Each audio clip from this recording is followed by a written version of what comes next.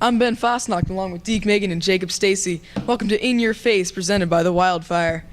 We have three major topics today. First of all, we're going to talk about tanking in the NBA. Thoughts on that, Jake? I think tanking is actually a pretty good strategy, as if you purposely play poorly, you can get the earlier picks, and depending on the draft class, that could truly help your team build up to be a superpower. Deke?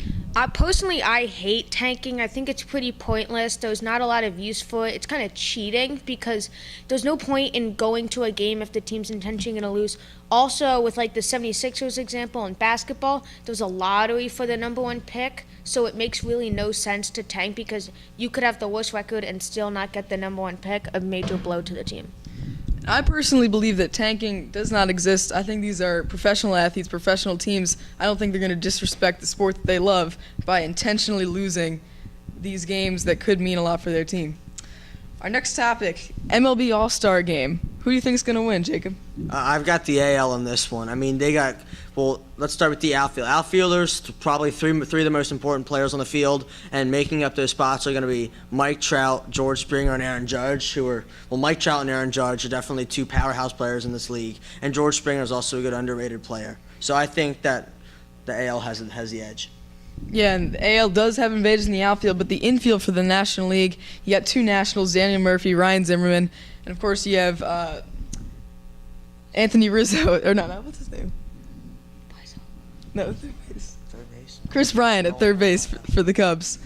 So the National League infield looking a lot better than the American League. I think the National League takes this one. What do you think, Deke? I don't know who's going to win. I think it's going to be a close game. I mean, the AL does have that designated hitter spot for the pitcher, which does give them a slight advantage over the NL. But I think that the NL talent may be better than the AL, so personally I think it's a gimme. All right, and our last topic, the big Sixers straight for the number one pick in the draft. What do you think about that, Jake? I don't really know how to think about it, but I think it's going to end up helping the Sixers. I mean, they're going to get the first pick. They're most likely going to take Markelle Fultz. I think he's going to be a good young fit in with the other young players like Embiid and Simmons. I think it's going to help them in the long run. Deke?